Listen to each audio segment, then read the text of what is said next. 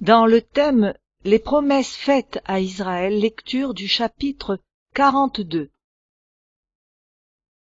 Étude présentée dans The Present Truth le 18 février 1897.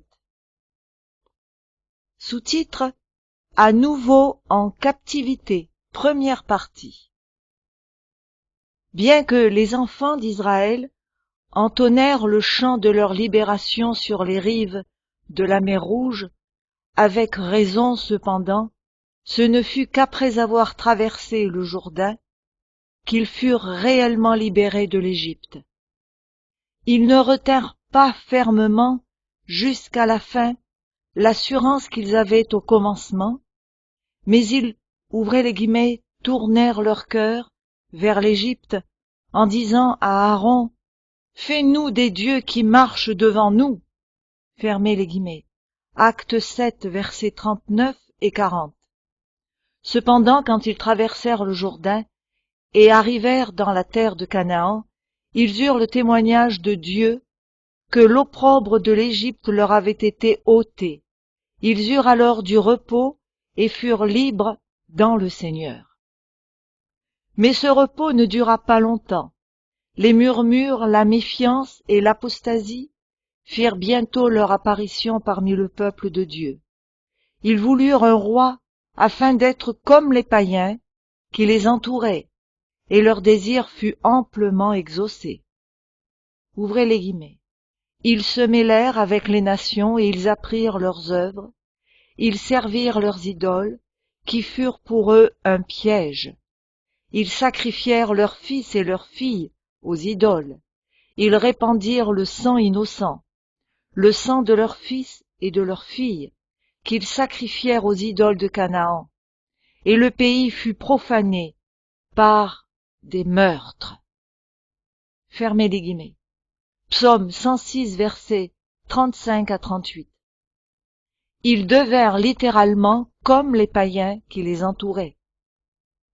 Un coup d'œil à l'histoire de certains des rois d'Israël et de Juda montrera jusqu'à quel point les enfants d'Israël, en réclamant un roi, virent s'accomplir leur désir d'être comme les païens.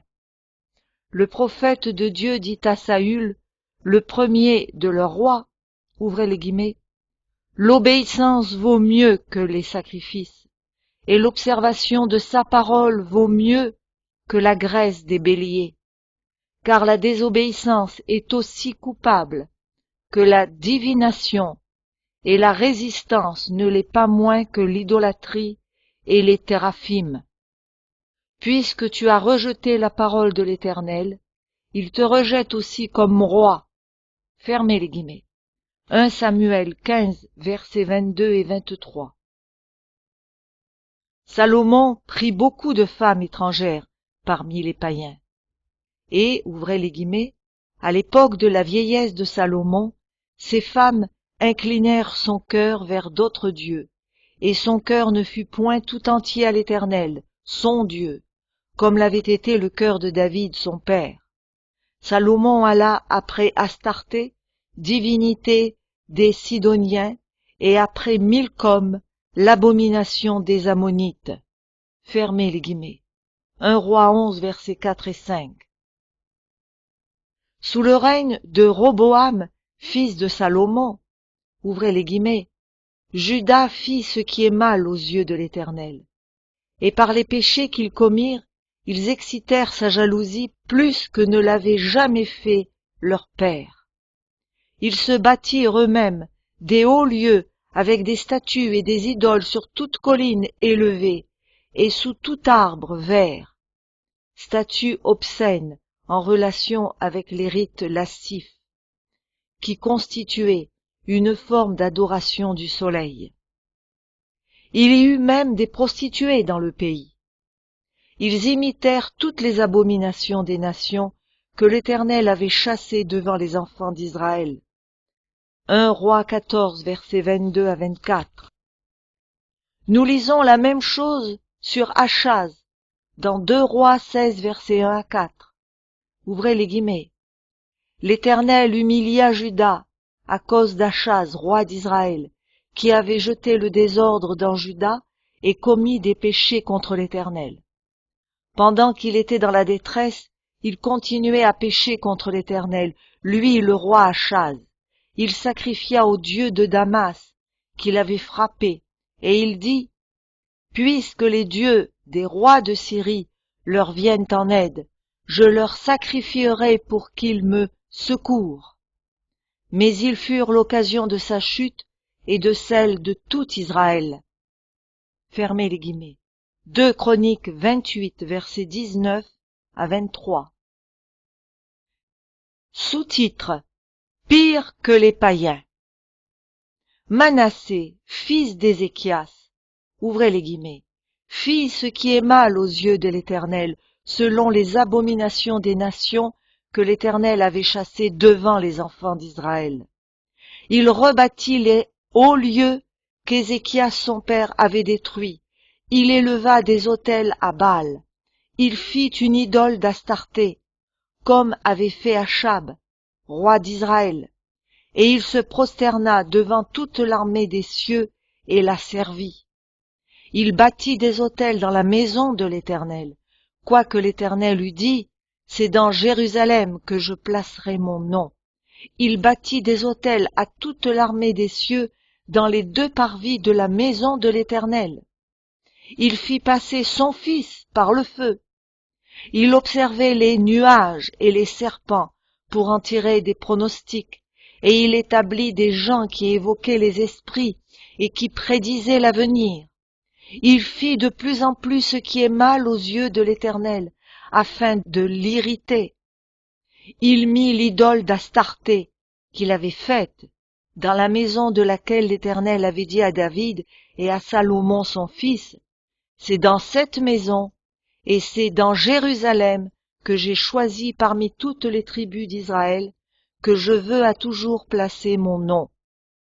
Je ne ferai plus errer le pied d'Israël hors du pays que j'ai donné à ses pères, pourvu seulement qu'ils aient soin de mettre en pratique tout ce que je leur ai commandé et toute la loi que leur a prescrite mon serviteur Moïse. » Mais ils n'obéirent point.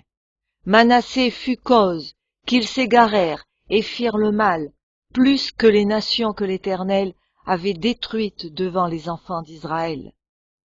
Fermez les guillemets. De plus, ouvrez les guillemets, Manassé répandit aussi beaucoup de sang innocent, jusqu'à en remplir Jérusalem d'un bout à l'autre, outre les péchés qu'il commit et qu'il fit commettre à Juda, en faisant ce qui est mal aux yeux de l'Éternel. Fermez les guillemets. 2 Rois 21, 1 à 9 et 16. Amon, qui succéda à Manassé, fit ce qui est mal aux yeux de l'Éternel, comme avait fait Manassé son père. Il sacrifia à toutes les images taillées qu'avait faites Manassé son père, et il les servit. 2 Chroniques 32, verset 22. Sous-titre: Dans le royaume du Nord.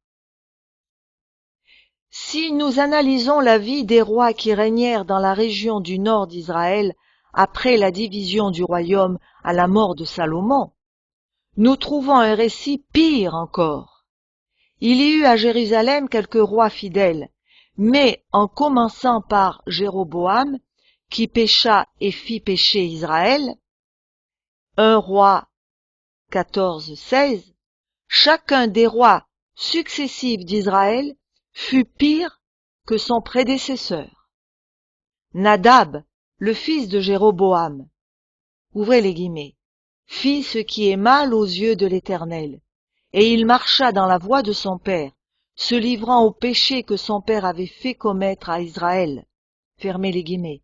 1 Roi 15, 26. Baasha, ouvrez les guillemets, fit ce qui est mal aux yeux de l'Éternel, et il marcha dans la voie de Jéroboam, se livrant au péché que Jéroboam avait fait commettre à Israël. Fermez les guillemets. Verset 34. Omri, qui édifia la ville de Samarie, ouvrez les guillemets, fit ce qui est mal aux yeux de l'Éternel, et il agit plus mal que tous ceux qui avaient été avant lui.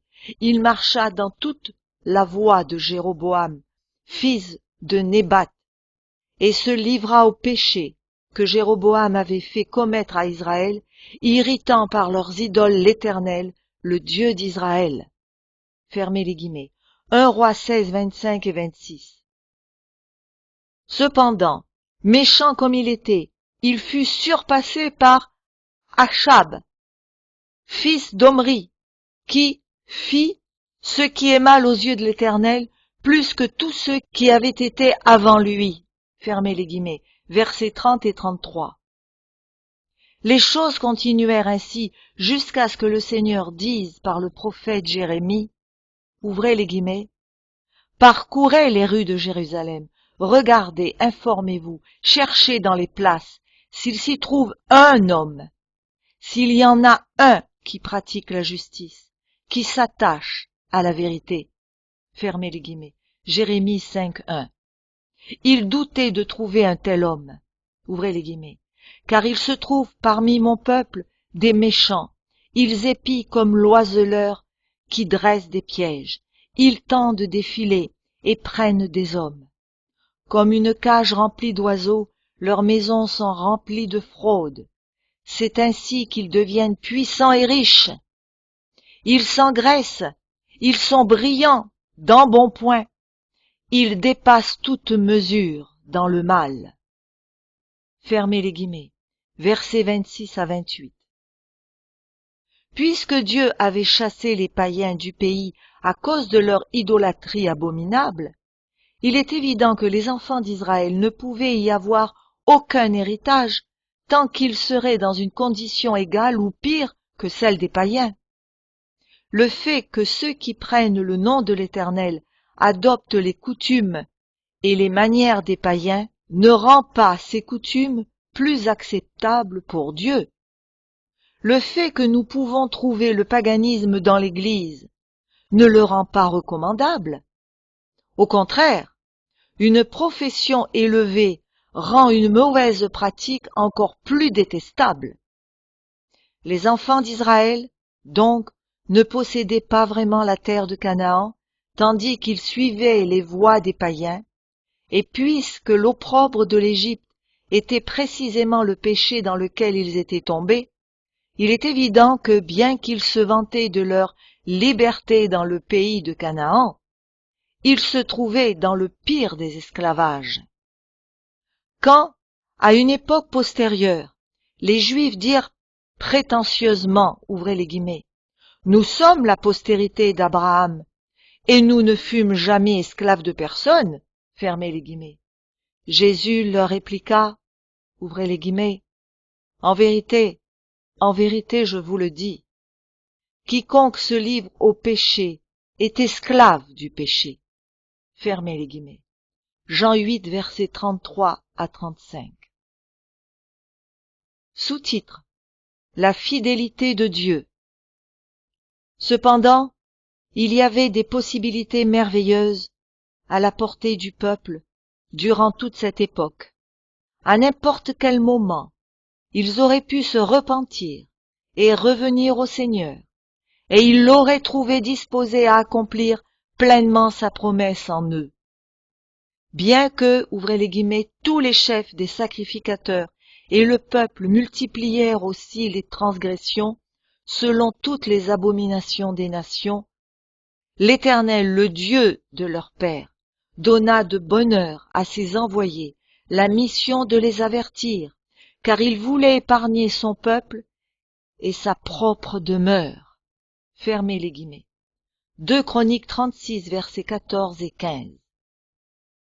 Bien des libérations merveilleuses, quand les Israélites étaient opprimés par leurs ennemis et cherchaient humblement le Seigneur, montrèrent que le même Dieu qui libéra leur père de l'Égypte était disposé à exercer sa puissance pour les secourir, afin de perfectionner ce pourquoi il les avait introduits dans la terre promise. Dans l'histoire de Josaphat, 2 Chroniques 20, nous voyons une intervention notable de Dieu en faveur de ceux qui lui font confiance, et nous voyons la foi triompher. Ce récit est particulièrement utile pour nous, car il nous montre comment remporter des victoires. Il nous montre aussi, une fois de plus, ce que nous avons déjà signalé plusieurs fois, que les victoires authentiques d'Israël furent gagnées par la foi en Dieu et non par la force de l'épée. Voici le résumé de l'histoire. Les Moabites et les Ammonites, unis à d'autres, vinrent combattre Josaphat. Ils étaient bien supérieurs en nombre à l'armée d'Israël. Et dans cette situation terrible, ouvrez les guillemets, dans sa frayeur, Josaphat se disposa à chercher l'Éternel, et il publia un jeûne pour tout Juda. Juda s'assembla pour invoquer l'Éternel, et l'on vint de toutes les villes de Juda pour chercher l'Éternel. Fermez les guillemets. Versets 3 et 4. À cette occasion, la prière de Josaphat est un véritable modèle. Il dit, ouvrez les guillemets, « Éternel, Dieu de nos pères, n'es-tu pas Dieu dans les cieux? Et n'est-ce pas toi qui domines sur tous les royaumes des nations? N'est-ce pas toi qui as en main la force et la puissance, et à qui nul ne peut résister? N'est-ce pas toi, ô notre Dieu, qui as chassé les habitants de ce pays devant ton peuple d'Israël, et qui l'a donné pour toujours à la postérité d'Abraham, qui t'aimait? Maintenant, voici, les fils d'Ammon et de Moab, et ceux de la montagne de Séhir, les voici qui nous récompensent en venant nous chasser de ton héritage, dont tu nous as mis en possession. Ô notre Dieu, n'exerceras-tu pas tes jugements sur eux? Car nous sommes sans force devant cette multitude nombreuse qui s'avance contre nous, et nous ne savons que faire. Mais nos yeux sont sur toi. Fermez les guillemets, versets 6 à 12. Il commença par reconnaître en Dieu le Dieu des cieux, qui possède toute la puissance. Il continua par réclamer toute cette puissance, et par réclamer Dieu comme son propre Dieu. Il exposa alors son besoin, et exprima sa demande, avec la pleine sécurité de la foi. Toutes les choses sont possibles à celui qui prie de cette manière. Beaucoup prient Dieu sans un vrai sens de son existence, comme s'ils priaient un nom abstrait et pas un sauveur vivant, personnel. Et évidemment, ils ne reçoivent rien, puisqu'ils n'attendent rien. Quiconque prie doit d'abord contempler Dieu avant de penser à lui-même et à ses besoins personnels. Il arrive sans doute que beaucoup, quand ils prient, pensent plus en eux-mêmes qu'à Dieu. Au lieu de cela, ils devraient se perdre dans la contemplation de la grandeur et de la bonté de Dieu. Alors il n'est pas difficile de croire qu'il, ouvrez les guillemets, qu'il est le rémunérateur de ceux qui le cherchent. Fermez les guillemets. Hébreux 11:6. Comme le psalmiste l'a dit, ouvrez les guillemets, ceux qui connaissent ton nom se confient en toi, car tu n'abandonnes pas ceux qui te cherchent, ô Éternel. Fermez les guillemets. Psaume 9, verset 12. Tandis que le peuple était encore réuni pour prier, le prophète du Seigneur arriva et dit, ouvrez les guillemets, soyez attentifs, tout Juda et habitants de Jérusalem, et toi, roi Josaphat. Ainsi vous parle l'Éternel. Ne craignez point et ne vous effrayez point devant cette multitude nombreuse, car ce ne sera pas vous qui combattrez, ce sera Dieu. Fermez les guillemets. Ouvrez les guillemets. Vous n'aurez point à combattre en cette affaire. Présentez-vous, tenez-vous là, et vous verrez la délivrance que l'Éternel, vous accordera. Juda et Jérusalem, ne craignez point et ne vous effrayez point. Demain, sortez à leur rencontre, et l'Éternel sera avec vous. Fermez les guillemets. 2 Chroniques 20, versets 15 et 17. Le peuple crut ce message, et ouvrez les guillemets, ils se mirent en marche de grand matin pour le désert de Tekoa. À leur départ, Josaphat se présenta et dit, « Écoutez-moi, Juda et habitants de Jérusalem, confiez-vous en l'Éternel votre Dieu, et vous serez affermis. Confiez-vous en ses prophètes, et vous réussirez. » Puis, d'accord avec le peuple, il nomma des chantres qui, revêtus d'ornements sacrés et marchant devant l'armée, célébraient l'Éternel et disaient, « Louez l'Éternel, car sa miséricorde durera toujours. » Fermez les guillemets. Versets 20 et 21. Sous-titre, ils se mirent à chanter. Quelle manière d'aller à la bataille! Elle nous rappelle un peu la marche autour de Jéricho et le cri de victoire. En général, ceux qui reçoivent une telle promesse, que Dieu allait lutter pour eux, pensent qu'ils manifestent une grande foi en allant au front combattre l'ennemi. Ils se disent, Dieu a promis de nous aider, mais nous devons faire notre part. Et ils se préparent pour la bataille. Mais le peuple, à cette occasion, fut suffisamment simple pour croire le Seigneur au pied de la lettre. Ils savaient aussi qu'ils devaient faire leur part, et que leur part était de croire et d'avancer comme ceux qui croient vraiment. Et ils croyaient. Leur foi était si forte qu'ils se mirent à chanter. Il ne s'agissait pas d'un chant forcé, d'un murmure provenant de lèvres tremblantes, mais d'un chant ferme, spontané et puissant, venant d'un cœur joyeux et victorieux. Tout cela face à un ennemi dont le nombre était impressionnant. Quel fut le résultat? Ouvrez les guillemets. Au moment où l'on commençait les chants et les louanges, l'Éternel plaça une embuscade contre les fils d'Ammon et de Moab et ceux de la montagne de Séhir, qui étaient venus contre Juda. Et ils furent battus. Les fils d'Ammon et de Moab se jetèrent sur les habitants de la montagne de Séhir pour les dévouer par interdit et les exterminer. Et quand ils en eurent fini avec les habitants de Séhir, ils s'aidèrent les uns les autres à se détruire. Lorsque Juda fut arrivé sur la hauteur d'où l'on aperçoit le désert, ils regardèrent du côté de la multitude, et voici c'étaient des cadavres étendus à terre. Et personne n'avait échappé. Fermez les guillemets. Versets 22 à 24. Quand ils commencèrent à chanter, l'ennemi fut vaincu. La panique s'empara de l'armée des Ammonites et des Moabites, et ils se battirent entre eux. Il se pourrait bien qu'en entendant les chants de triomphe, ils pensèrent qu'Israël avait reçu des renforts. Et c'était vrai. Il avait reçu un tel renfort qu'ils n'eurent pas besoin de combattre eux-mêmes. Leur foi avait été leur victoire et leur chant l'évidence de leur foi. Nous avons ici une leçon pour nos conflits contre l'adversaire. Ouvrez les guillemets. Les dominations, les autorités, les princes de ce monde de ténèbres, les esprits méchants dans les lieux célestes. Éphésiens 6:12. Soumettez-vous donc à Dieu, résistez au diable, et il fuira loin de vous. Jacques 4:6.